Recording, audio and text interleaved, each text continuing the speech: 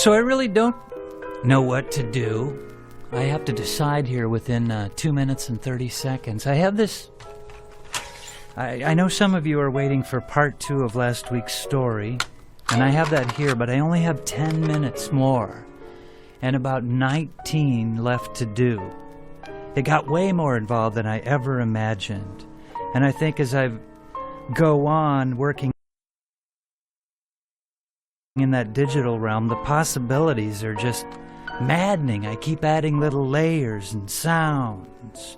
So should I wait to be finished with it to play part 2, or just play another little 10-minute installment? I also have Rats, a 55-minute rat story I'd completely forgotten about that I never aired. No music, no sound effects, cold read. Very kind of Willard-esque, only not as good. And then I have flea market finds.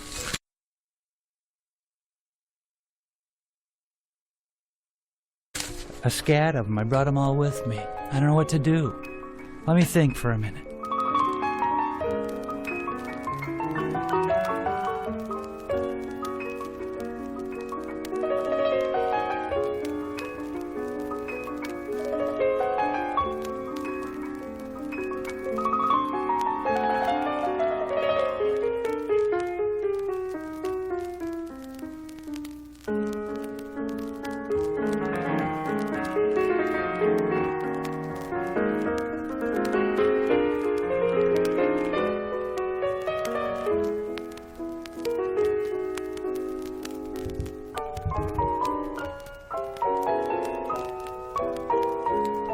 Okay, I've made a decision. There goes Fabio. Boy, I feel on my own here. Where's Evan? Where's Julie? Where's Fabio? See ya, man. Never mind. I'm gonna play the next installment of last week's story, the next 10 minutes of that, and we'll go from there. So, well, maybe I shouldn't. Maybe I should just play the Rats thing. I don't know. Because I really should bring you up to speed on what's going on with that story.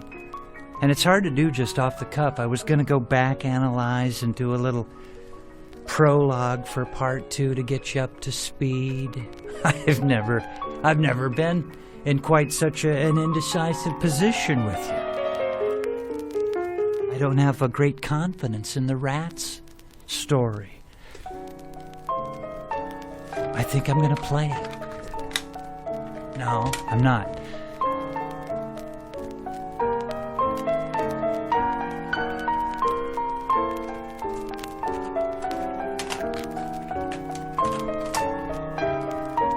Rats.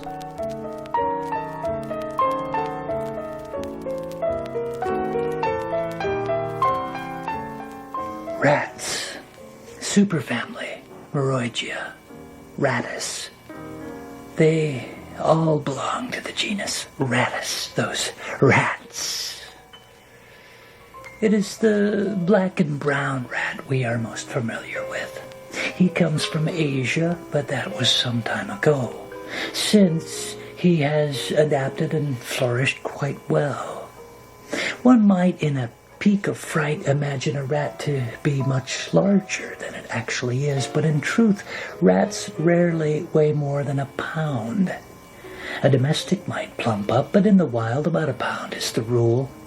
Yes, there he is, the buck rat, doing what he does, looking for does to make dams, looking to make kittens and pups, running with his mischief, a survivor. He is a commensal, and he likes the nearness of humans.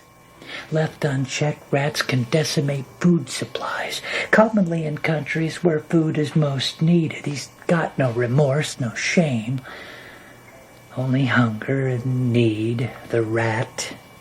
Pathogens. Zoonotic pathogens. Good Lord. Even their names strike fear. Leptospira, Toxoplasma gondii, Campylobacter. Rats carry them, harbor them, transfer them. They do this to us. Why? Even the Black Death, the plague. Rats weren't the culprit. That was the tiny Yersinia pestis born of the tropical rat flea, but these same fleas loved to ride on the backs of rats, and the rats came near to us. We're not so far removed from those Middle Ages, swine, fever, foot and mouth, horrible diseases rats spread. And does the listener know that it is not disease or fleas that most commonly kill the rats? No, it's other predators. And so the average rat lives maybe a year. 1 year. One can't help but wonder if on some level the rat is aware of its temporal nature, and so it eats and breeds with fever, trying to cram it all in. Cram it all in that one sad little year. Who knows if rats think this? If they feel some sense of sadness or joy. If the rat is drawn to man, then in turn some men are drawn to rats. They've bred them and domesticated them since the 1800s. In fact, a pet rat, enough generations removed from its wild forebears, is a clean thing, no dirtier than a dog or a cat. They can do tricks, they can amuse and entertain some people. They can feed us. Yes, they can. The Mishmi in India eat them. The Musahar farm them and sell the delicate meats as a rare specialty item. Polynesians, in days gone by, ate rat as one might eat a sandwich. In Ghana, cane rats make up the better part of a person's daily diet. Cambodia, they ship 800 pounds of rat a day to the Vietnamese. But yes, most are disgusted at the thought of eating rat. Snakes eat rats, swallow them whole before they slither off. If a person were to be stricken with TB, tuberculosis, a specially trained rat could literally smell it. Same goes for landmines. Oh yes, said Dr. Guillermo Swain, Chief of Staff at the Highwater Institute of Medical Technologies. A rat's sense of smell is most acute, finely tuned, a miracle of olfactory capability. Would you like to see a demonstration? Dr. Swain turned toward a caged white rat. No, not right now, Doctor, I say. I haven't time to see a demonstration. Instead, I bid him good day and tell him that I would like to see the demonstration sometime soon. Then I excuse myself and exit that laboratory. I place my left foot on the tread of a bullnose stair-step. The risers take me up 8 inches at a time as I endeavor to reach the 4th floor of the Highwater Institute. I step mostly on the nosing, liking the feeling beneath my feet, the crisp edge. The pressure feels good on the balls of my feet. My fear of falling over backwards is eased by the volute, which brings strength to the baluster tops. I look back over my shoulder for a moment. Yes, I say, to the stairwell. It was a double bullnose. This, I think, is good luck. Indeed, I whistle as I continue to ascend.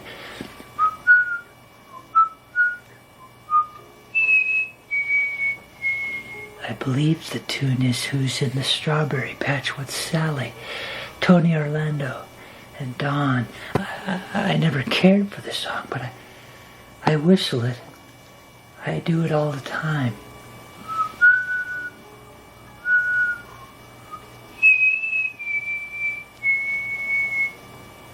The stringers pass beneath my feet, and I notice they're covered with dust, dirt, and cobwebs.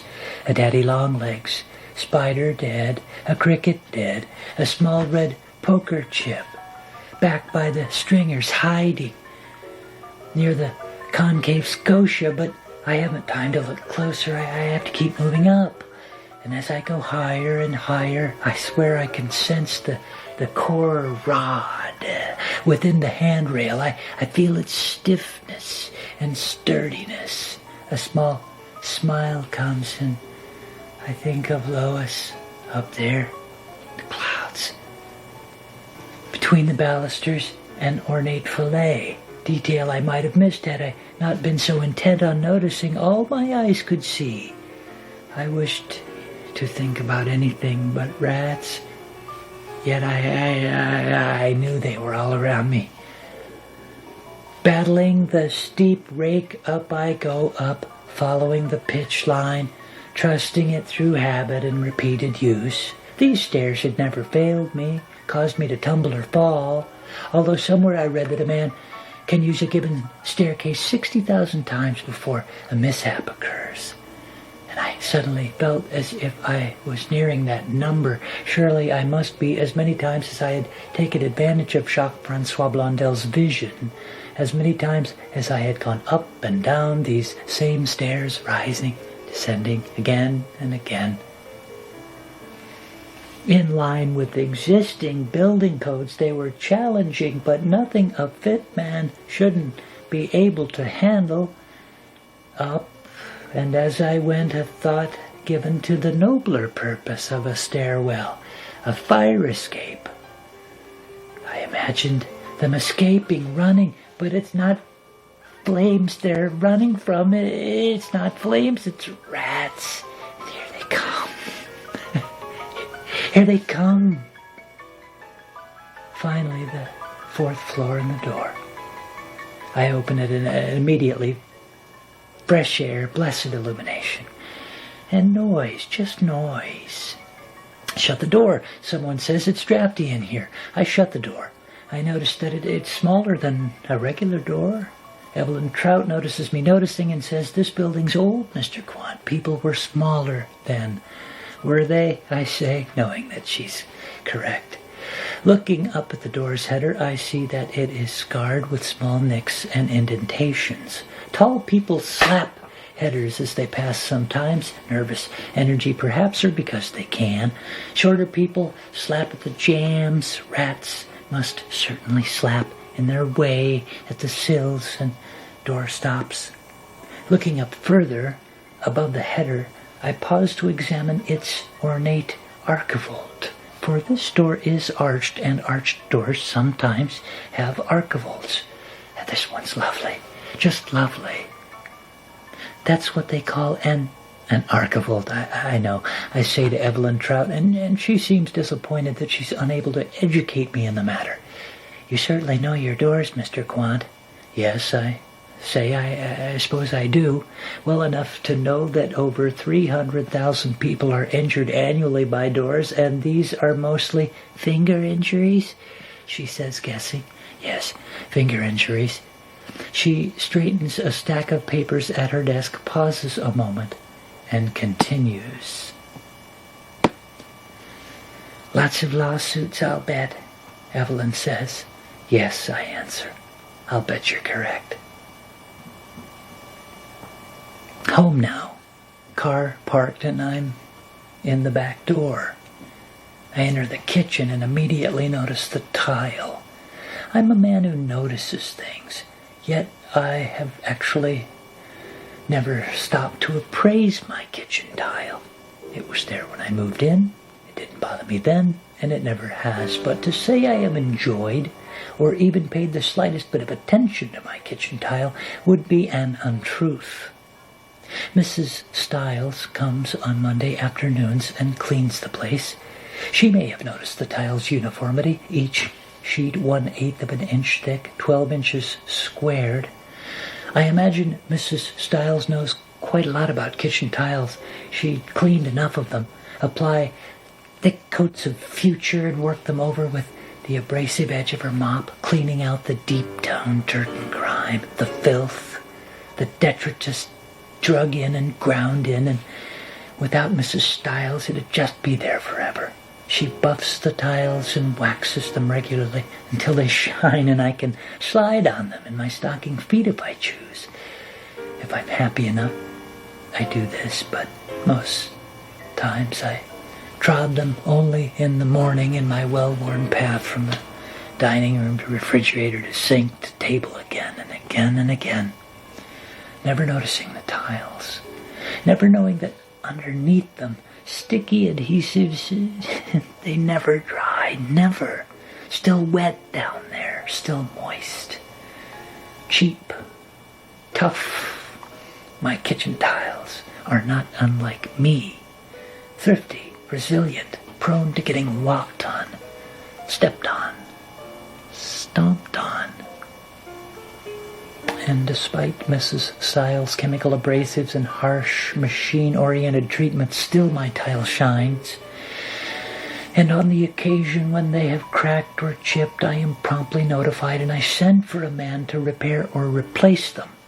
This does not happen often. Christ, I ask if you remember the old asbestos tiles. It isn't that long they've been gone and all that cancer and sickness. But I bet the rats ate mouthfuls of that stuff and they never got as much as a bellyache. Damn them. And now all this talk of environment and being green. My vinyl tiles are disdained, hated. People say, don't take them to the landfill. Don't do it. And my fix-it man does. He takes them there and they burn them and the rats run, some on fire. They run. And all the while dioxins rise from the burning dioxins. And what have we done? What do we do all the while the bloody leaching continues? Phthalates ooze. 1.5 million pounds? Go to hell. 1.5 million tons, my friend. Into the air, into the ground, into the water, to our bodies. Sick, sick, sick, silent. Tonight, in honor of Dr. Guillermo Swain, I will eat a Swanson's Hungry Man TV dinner. For these are his favorites: the Salisbury steak with cranberry compote, the turkey dinner with its apple dessert, hot enough to scald a tongue, to blister and blanch it. And the rats, I hear them, the night, ferreting and munching, crunching, eating, defecating, squeaking, thinking. Perhaps they're thinking of eating me, but they better not, for I am unforgiving and angry, filled with vengeance. Better to let me make my TV dinner, dispose of the waste in my garbage can, and let that waste lie, rodents. Let it lie. For to forage there, to wake me and enrage me, is to feel the wrath of a failed scientist, a spurned lover, a noticer of doorways and tiles. The old heater pipes are clanking, always clanking. Stofa? What? I say as Mrs. Stiles stops by for an unexpected late-night visit. I have forgotten to leave her check for her services rendered, for her wonderful cleaning of my tiles and my stove. Stofa, she says. That's what they called it in Old English. Mrs. Stiles, I say, who could possibly care? Now here's your check. Please go. I'm hungry and I'm tired. Within the stove, convection is occurring, combustion, cooking my TV dinner, the draft from the old brick chimney sucking fresh air through. 400 degrees. Not enough. 600. Mrs. Stiles notices and smiles, and as she does, I smile back at Mrs. Stiles, and I notice that she's lovely, really. It is like the tiles, a beauty I had yet to discover, and yet there it is in her beautiful eyes and in the soft curves.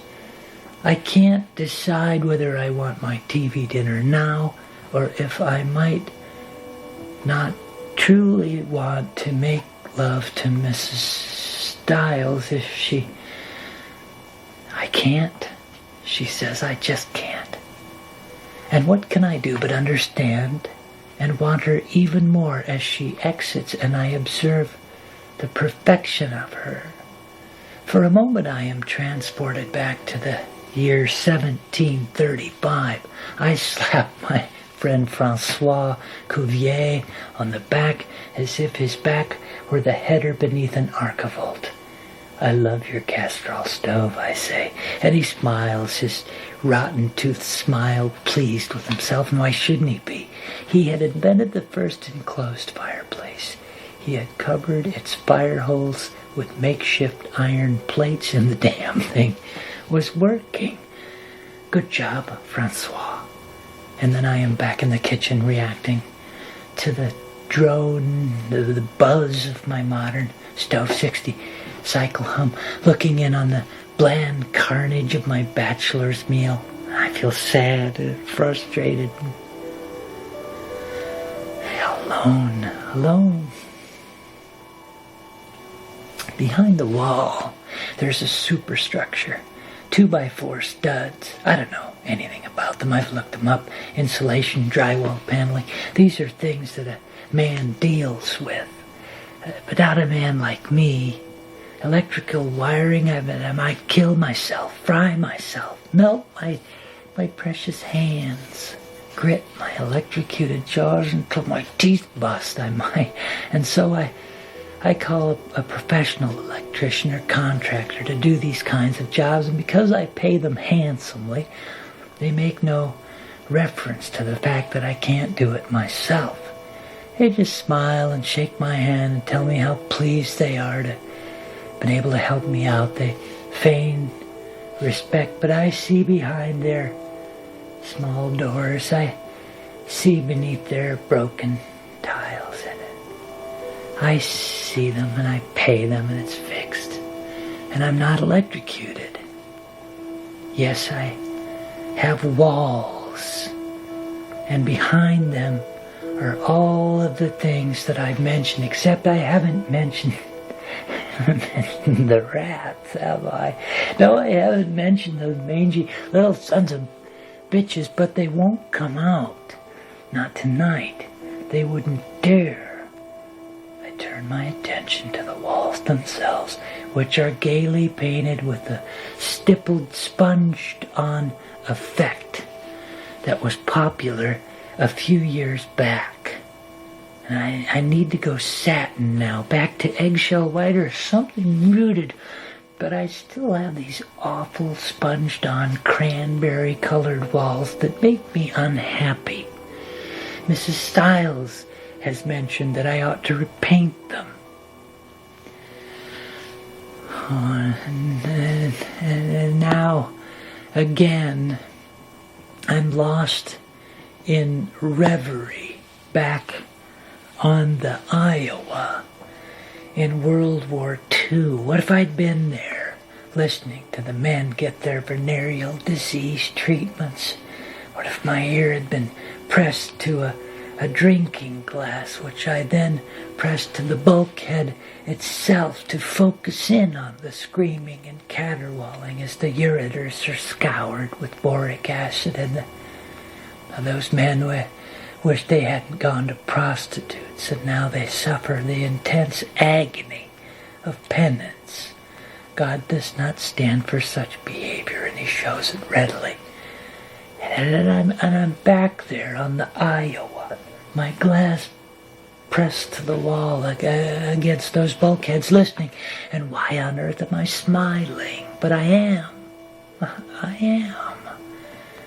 This only reinforces my feelings that I am lowly, unworthy. My walls must bear loads. They are not facades. They must bear loads and infestations. The rats are in there. They're in the walls by the hundreds, waiting before my TV dinner is done cooking, before the thought of Mrs. Stiles had left my mind in some weird configuration of hunger, arousal, rage.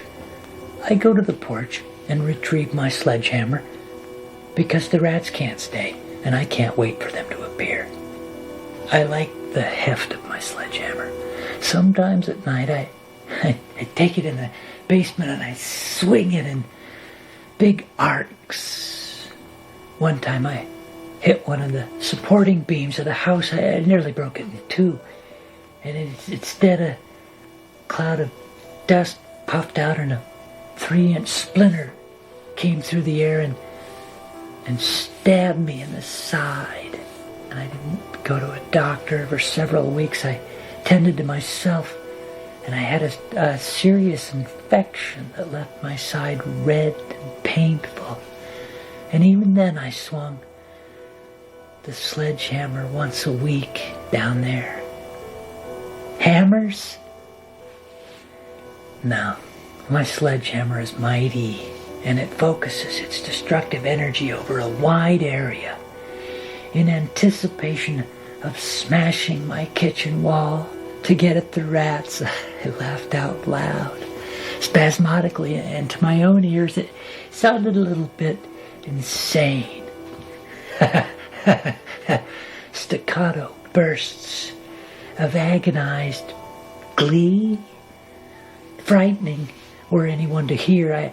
I wish more than ever that Mrs. Stiles had stayed. She might have enjoyed watching me smash the kitchen wall. Then again,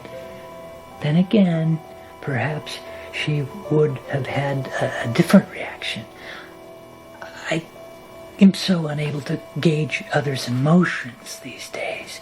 Evelyn Trout recently called me insensitive. Queer that at the moment she said it, I felt most sensitive indeed.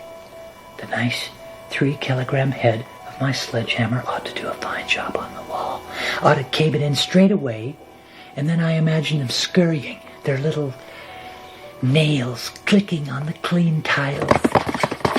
Their terrified chattering and squeaking, running along the baseboards. They would be running for me. I couldn't wait to level the first good blow.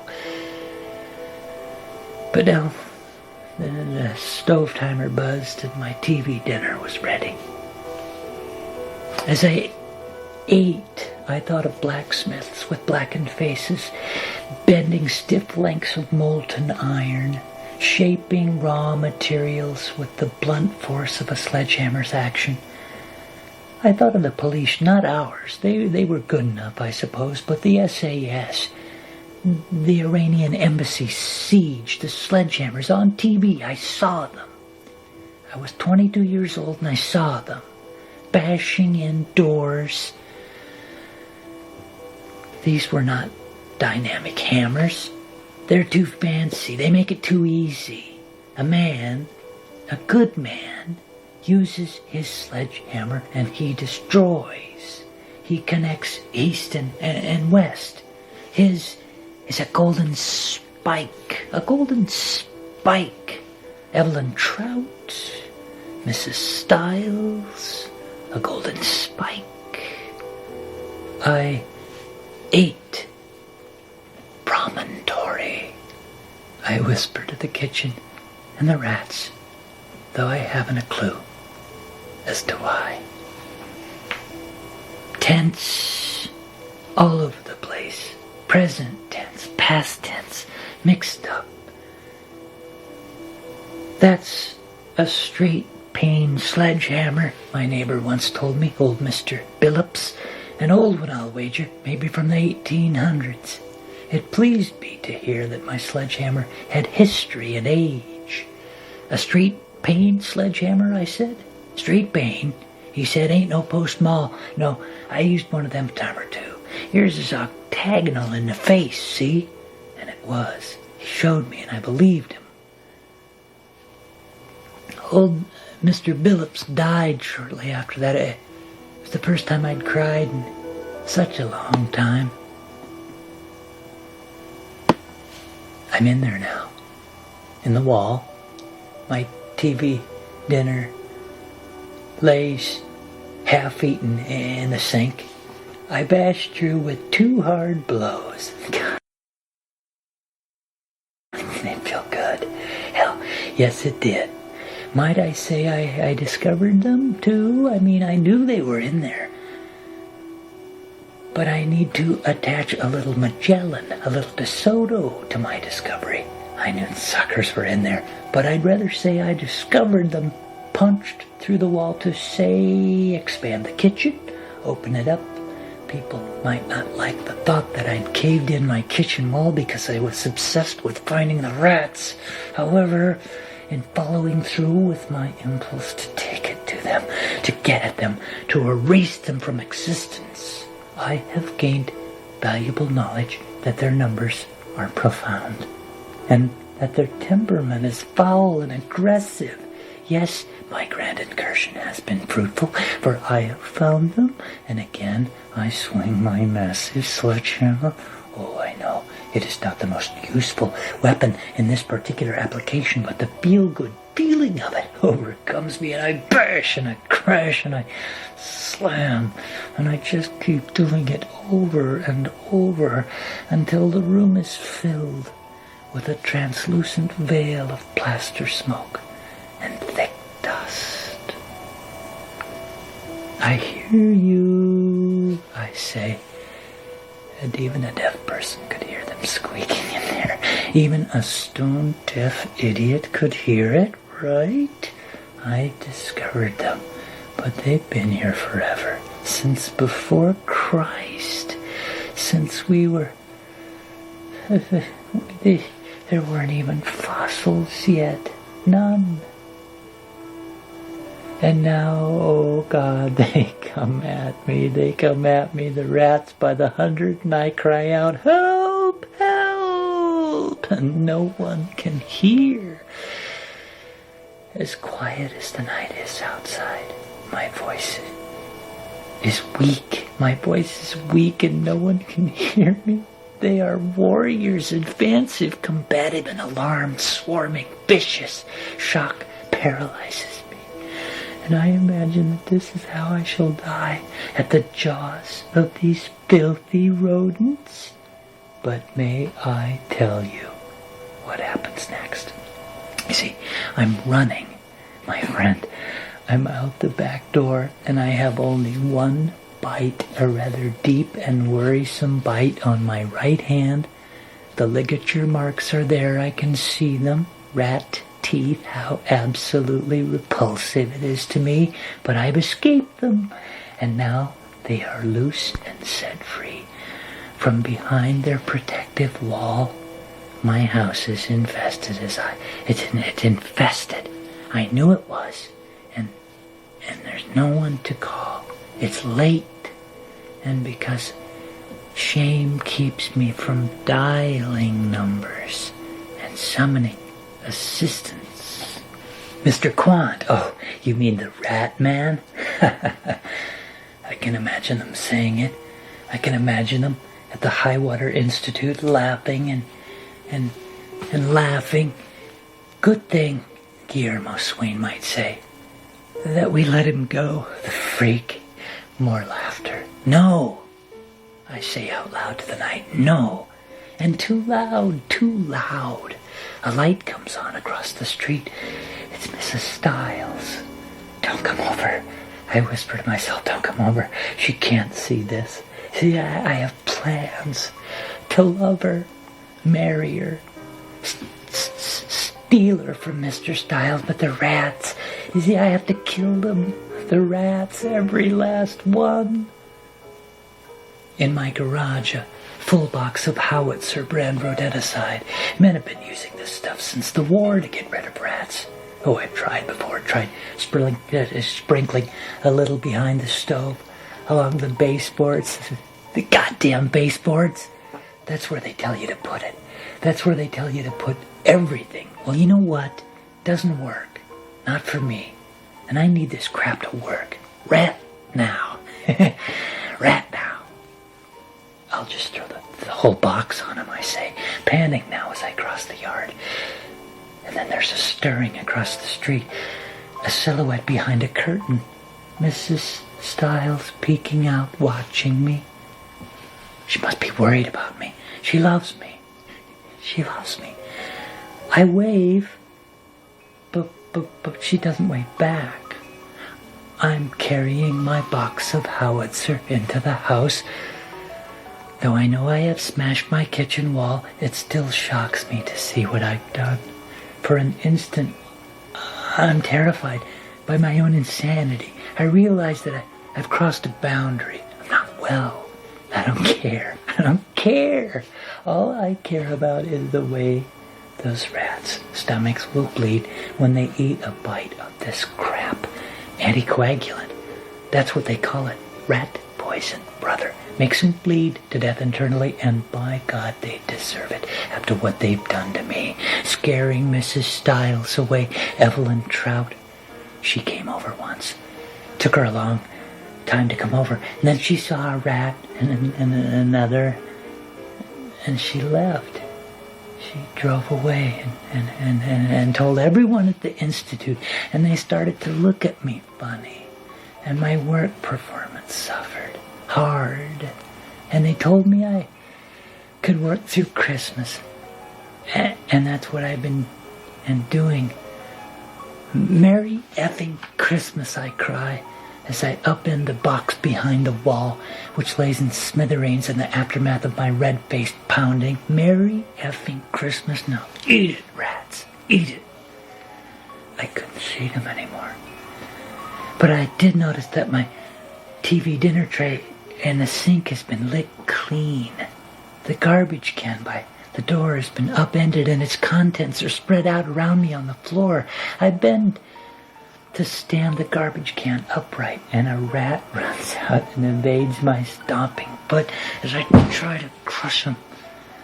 Now he flees back into the plaster and the wires, back into the little dark spaces. Eat it, I say again, and I wish they would eat it. 4-hydroxycomarin in dandione. These are the anticoagulants I'm depending on to eradicate them and to end my suffering. I could eat some too, I say to the kitchen and the settling dust, but just as quickly I dismiss the thought. Ironic that these substances serve to weaken blood vessel walls. These anticoagulants weaken the walls. Can you believe it? And with vitamin K production inhibited, they bleed internally. Human eats some rat bait, pump him full of vitamin K. That's what they do. Rats can't throw up, Mr. Billups said. They can't vomit. You follow me? I admit, I'm stupid, and I couldn't follow him. Their esophagus muscles are too puny. They're too stupid to know how. Their brains ain't big enough. I remember him saying that, and just now I think, I'm a rat. I'm a rat. Think about rats is, honestly, they're not so dumb.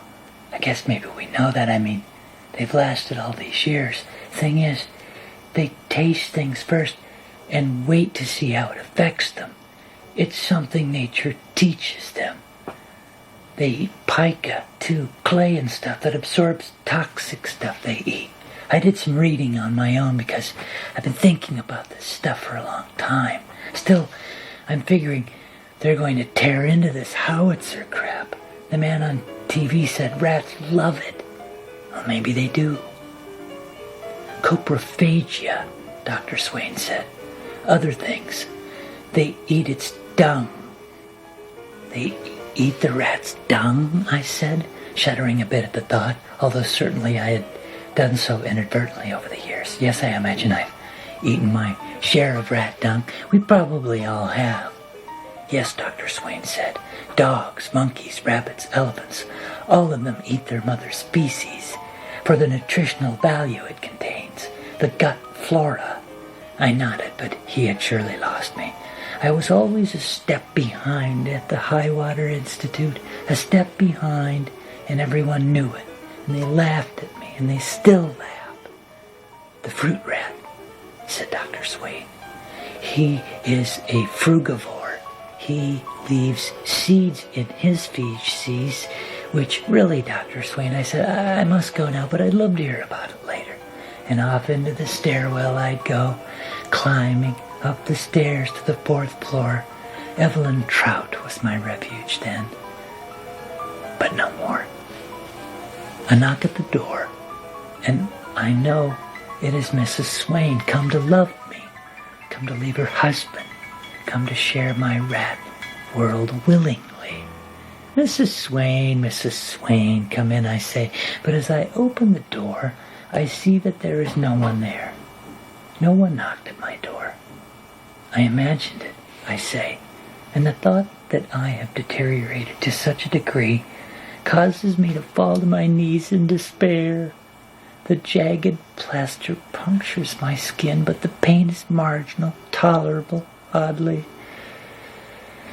enjoyable. Oh, how very ill I am. How our distorted biogeochemical cycle has left me, and countless others in need of nutrients which are unavailable to us. No wonder the beetles come, swollen with cysticeroids, to feast upon us, to feast upon our ripe dung, living cycle after cycle in our untreated bowels. H. nana it is called, but who knows? Who knows? Only the sad prisoner or mental patient in those awful, crowded, hopeless places with those rat worms in their intestines, with those dung beetles skittering up and down the cell walls. The beetles come for the smell. They dine and are sterilized. The horror of it, I know just a few things, but these things are horrible, and Dr. Swain made me learn. He made me learn about Hymenopleus. I can't even say some of the words. He forced me to think about genitalium and the proglottid area, anterior strobulation. It's awful. The proglottid has sex with itself and drops its disgusting eggs through a polysis. Flower beetles, get it? Flower beetles. You've eaten the eggs. They're in your bowels. You are untreated. Little hook larvae are in there, attaching themselves to the bashed-in walls of the small intestine. Imagine them. Imagine the awful fecal oral transmission, for this is how it occurs. And isn't nature strange, I think, as the blood from my knees comes out to intermingle with the mustard yellow of my kitchen tiles. I smear and paint, I think. Isn't nature strange? Rat manure is loved by flowers. Loved. Phosphorus, potassium, nitrogen, calcium, zinc, magnesium, copper, rat manure. Look at a lovely flower and imagine the broken down rat manure coursing through pistil and stamen and style. Oh, Mrs. Stiles. My pistil, my stamen. Mrs. Stiles? I laugh and smear as the manure invades ovule and embryo sac, receptacle and peduncle. And if this is hard to understand, trust that Dr. Swain told me it's true.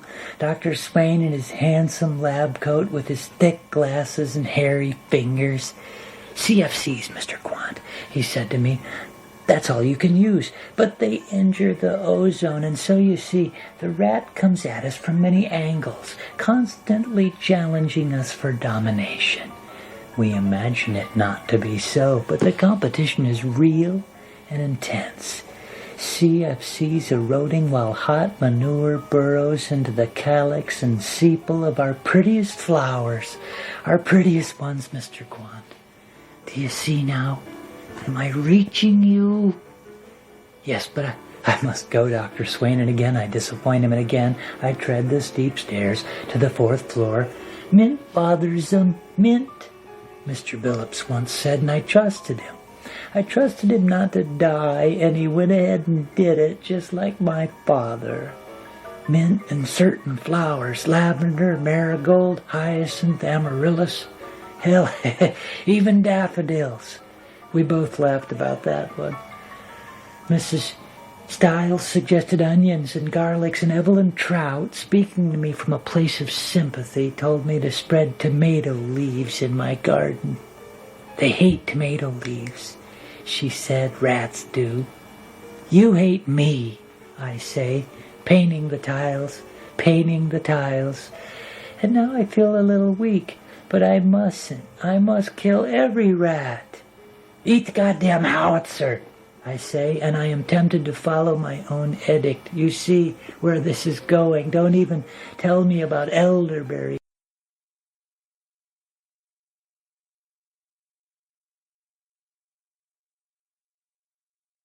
Camphor and what's the other one? I feel sick. Dorfelder, yes. There's a car pulling in the driveway. Lights are flashing. I scrape up a handful of howitzer or I eat it. My mouth burns, my throat. I can't see. Pain. A sledgehammer busting down my door. Sledgehammer. I laugh.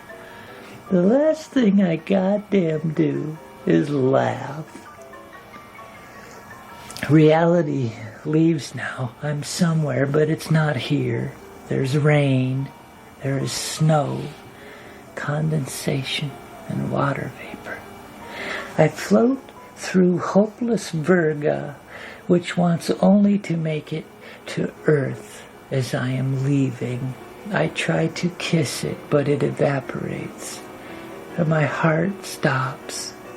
Through magnificent cumulonimbus rain bands, rats on the stairs behind me coming. I fall as iron, neon, methane, and sulfuric acid on planets I've never even heard of. I coalesce into frozen rain, and I'm confused. Where am I?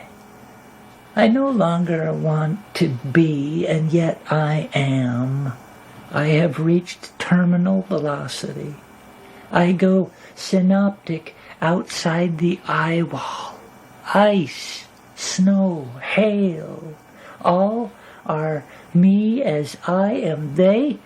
11,000 feet, squall lines defined. I can see the eastern seaboard, and I know that I am pollution.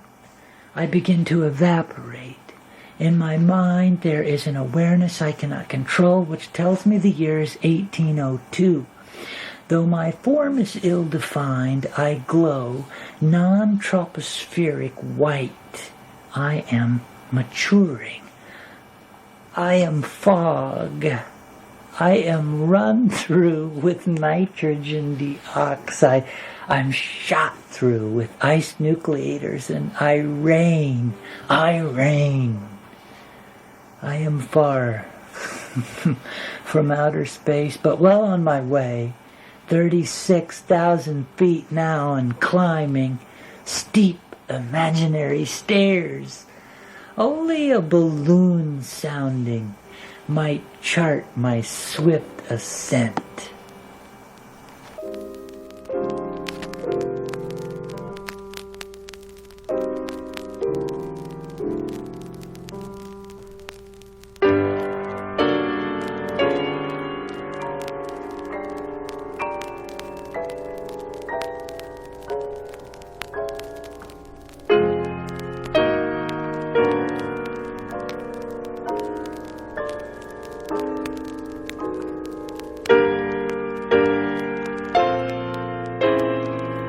Troposphere, temperature falling rapidly, then tropopause.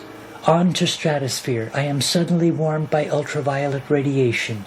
Meteors burn around me as I pass through the mesosphere, and I am cold. Sprite lightning shoots past from towering thunderclouds. I say that I am these things, but I do not know what I am. I am this or that only momentarily, and the transitions are abrupt and confounding, hence my weak descriptions. The thermosphere brings with it a sparsity of molecular presence. I am dead and burning, 2,700 degrees. I pass the International Space Station, and for a moment I think I see Dr. Swain through one of the little windows. I wave, but go unseen, and am subsequently overtaken by a grim and unbearable loneliness. This is hell, I say, and I repeat it again and again, soundlessly in a vacuum. My imaginary mouth moving, spread miles apart from molecule to molecule. I'm huge, all-encompassing. Or at least I seem this way to myself. Hydrogen and helium float me up, up, up. In the unfolding magnetosphere, I am blown apart by solar winds. My self is in question. My self may not exist. My soul is a question. I burst into aurora. Me, green and deep red, painting a Wisconsin night. I bust into pieces in the turbulent homosphere, colors disappearing as lovers squint to make me out. In the heterosphere, I feel high, as if drugged. I absorb photons as radio waves emanate from my virtual fingertips, playing songs and reproducing voices which are familiar but beyond meaningless. I refract light and become momentarily visible, but what I witness of myself is incomprehensible, and so I'm unable to describe it to you. I'm sorry. If you look at the horizon, you might see what I've become just beyond the curve of the earth. I'm a mirage. Yet I am merely another product of the Phanerozoic eon, a former Metazoan now approaching destiny, whatever it may be. The space-time continuum. Death has provided me with all the knowledge I could seemingly not retain on Earth. Death makes me a genius. The mathematics of the universe are elementary, though concepts I now understand easily will continue to perplex philosophers forever. The ancient Cora, space qua extension, and Alhazen give way to classical mechanics, non-Euclidean geometries, and general relativity, but each could only hypothesize at some elusive model to describe the outwardly exploding universe. And now I am it. I am the universe, or at least I am part of it. 13.7 billion years I have waited, all the while moving at the speed of light. Johannes Scotus Erigena described it best when he wrote, "The universe is simply everything, everything that is created and everything that is not created." I imagine that this includes rats and stairways, men and women, sledgehammers, walls, TV dinners, 300 sextillion stars, superclusters of galaxies with helium, hydrogen, and deuterium as constants. The universe ends, and after it does, there is transcendence, afterlife, divinity. I am not sure if faith is required. I never had much of it, and yet I am here. I think this might be heaven.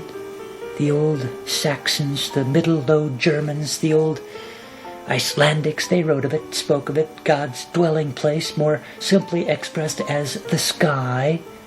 God lives in the sky, but this is not true. Sky and atmosphere and space are past me. I apply what I know of etymology to try and make sense of my present position, but my knowledge falls short of explaining this reality. Did I lead a good life? No. Not really. My transgressions were many. I suppose in some dim corner of my tattered soul, I believed in Jesus, or I wanted to. And perhaps this has been enough to get me here. I feel forgiven. As for hell or purgatory, I cannot speak of those, for I know nothing of them. Is this my resurrection? It is hard to believe it is so, but I have no other explanation. Isaiah, Revelation, I remember now and feel myself as a celestial illumination shining down from here. My body is new. I know that I shall never again be sick, and that my one death has been experienced. Ahead, I at first sense and then see a massive assemblage of people or souls, and among them I know that many I have loved and who have died are present, and though I am excited at the prospect of reuniting, at the same time I am not without trepidation. I am frightened by awe itself, the immediate intensity of this moment, the impossible truth of it. All I have known is falling away, everything, memories, fading fast into the ether, gone, I suspect for all time, and yet it seems of no importance. My mortal life means nothing now.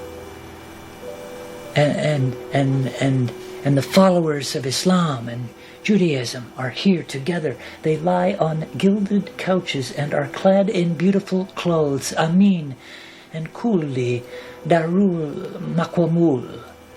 There are many levels of ascension here, much to learn and wisdom to acquire en route to paradise.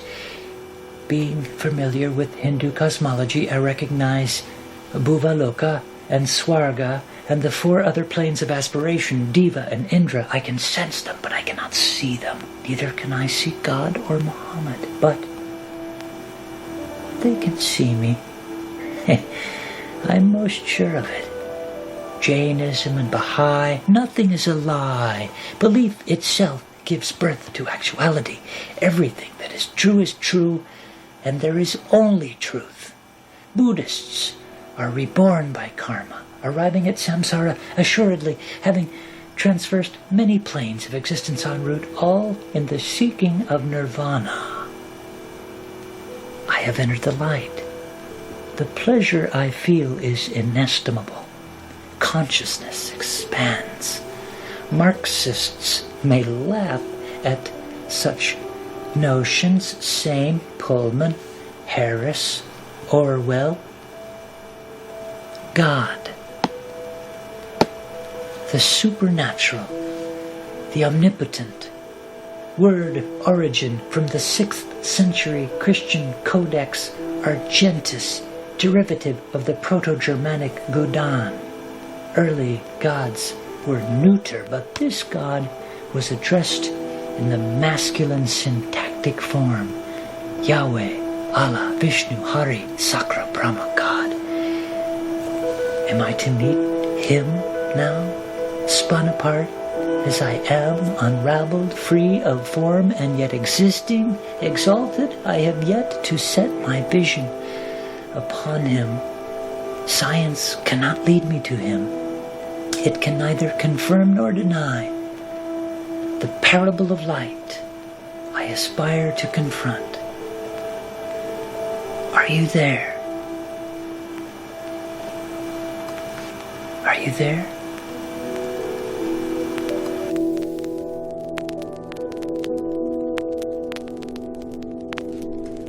Thanks for listening to this episode of the Dusty Show, everybody. I hope you enjoyed that story. Andy's here. We're ready for night, people. It's going to be good. Stay tuned for the TNP. Until next time, always remember,